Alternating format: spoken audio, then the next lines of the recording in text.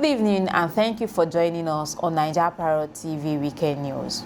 I am Balikis Ajoyo. Tonight, we bring you the major headlines from the national stories and across the globe.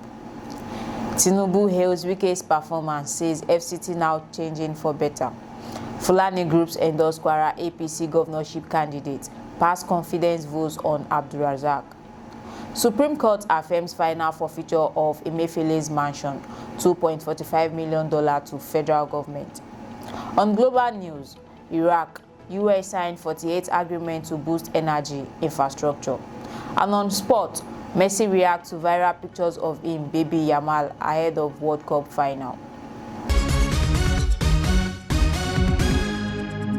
Now the news in details.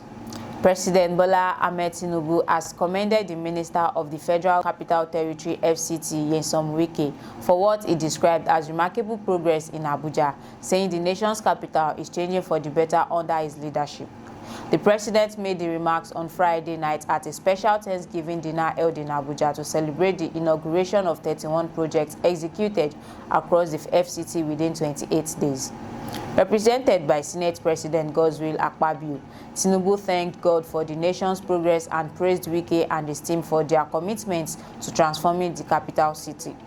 Away from that, Fulani socio-cultural organization in Kwara have endorsed the governorship candidacy of Right Honorable Engineer Yakubu Danladi Saliu for the 2027 election under the platform of the All Progressive Congress APC. The endorsement was announced by a former special advisor on strategy to Governor AbdulRazaq, Abdulsalam Atiku, during a meeting attended by the leaders of Miyetti Allah, Gamu Allah, Jamuneti Fulbe, and other Fulani associations.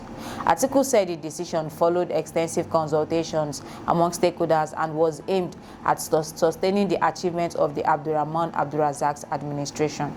He described Danladi as a leader with the experience, competence, and vision to consolidate ongoing developmental programs across the state.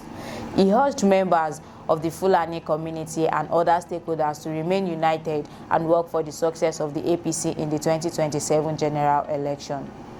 In a related development, the Fulbe Development and Cultural Organization, FUDECO, Kwara State Chapter, passed a vote of confidence on Governor AbdulRazaq. Speaking on behalf of the organization, its chairman, Honorable Saliu Umar Sonda, commended the governor for what he described as inclusive leadership and developmental achievements across the state. Sonda said the Fulani community appreciated the administration for giving it a sense of belonging through the appointment of qualified members into strategic public offices.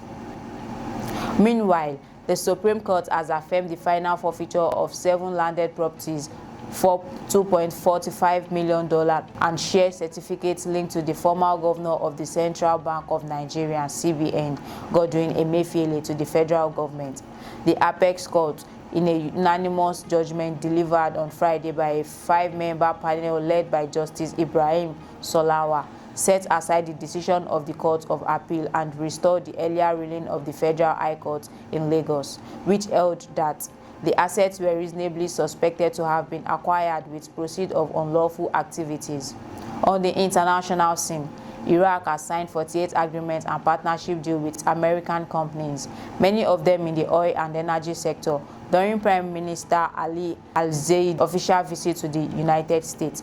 According to a statement from the Iraqi Prime Minister's media office, the agreements include memoranda of understanding, cooperation agreements, and partnership declaration between public and private sector organizations in both countries.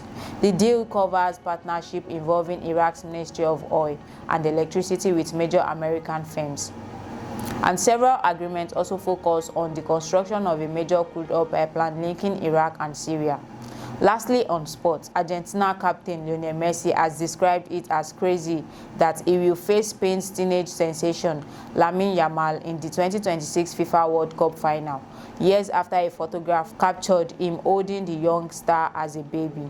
The widely shared photograph of Messi and baby Yamal was taken by Spanish photographer Joan Montfort during a UNICEF and Sports newspaper charity calendar shoot at Barcelona Camp Nou. Speaking ahead of Sunday's final at the Fan fantastic event.